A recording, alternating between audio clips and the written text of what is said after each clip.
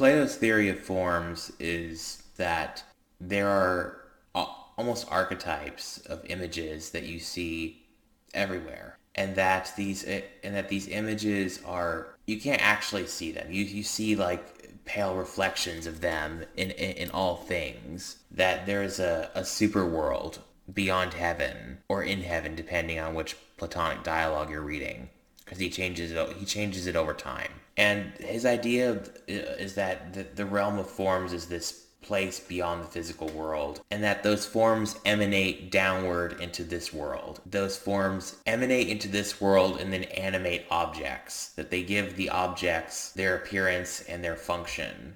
That a tree would not be a tree without the form of tree. A table would not be a table without the form of table. That everything that you can think of or will ever be thought of emanates from a form that is from the divine mind and from the nous, as they say in Platonism and Hermeticism.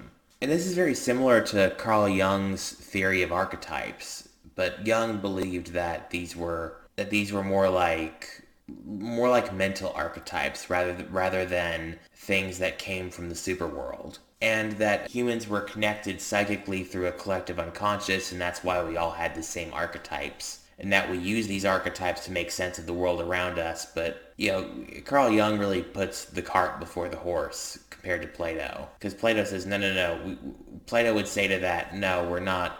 It's not that these forms are a psychic phenomenon that's used to make sense of the world. It's that these are a divine phenomenon that's essential to the objects and to the world.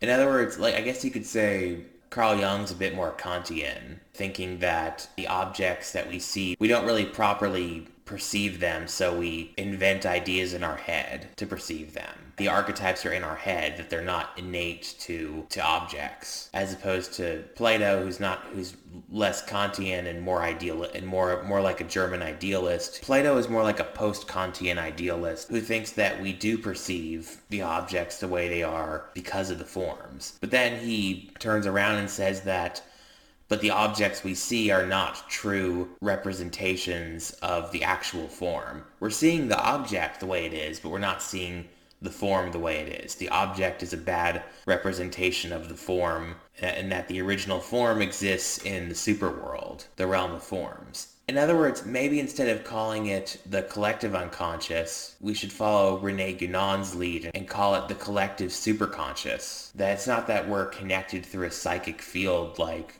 Carl Jung would say. It's more like we're connected to a higher realm psychically, and that's a more accurate. In other words, Carl Jung imagines the archetypes as being from the human mind instead of being from a truly divine source. And I would also have to add that Carl Jung, in a way, he gets things wrong, but in a way he actually improves on Plato's forms, because he goes into far more detail than Plato himself ever did. And Carl Jung doesn't just say that there are the forms of trees and tables. He talks about the forms of things like the wise old man and the shadow and the hero and the hero's journey. So really, Carl Jung and Joseph Campbell, they actually take it further than Plato does in many ways. They elaborate on the forms, not just the forms of objects, but the forms of more abstract concepts like the hero's journey. That these things all exist in the superworld, and that these things really are divine and emanate down into our world. I would also add that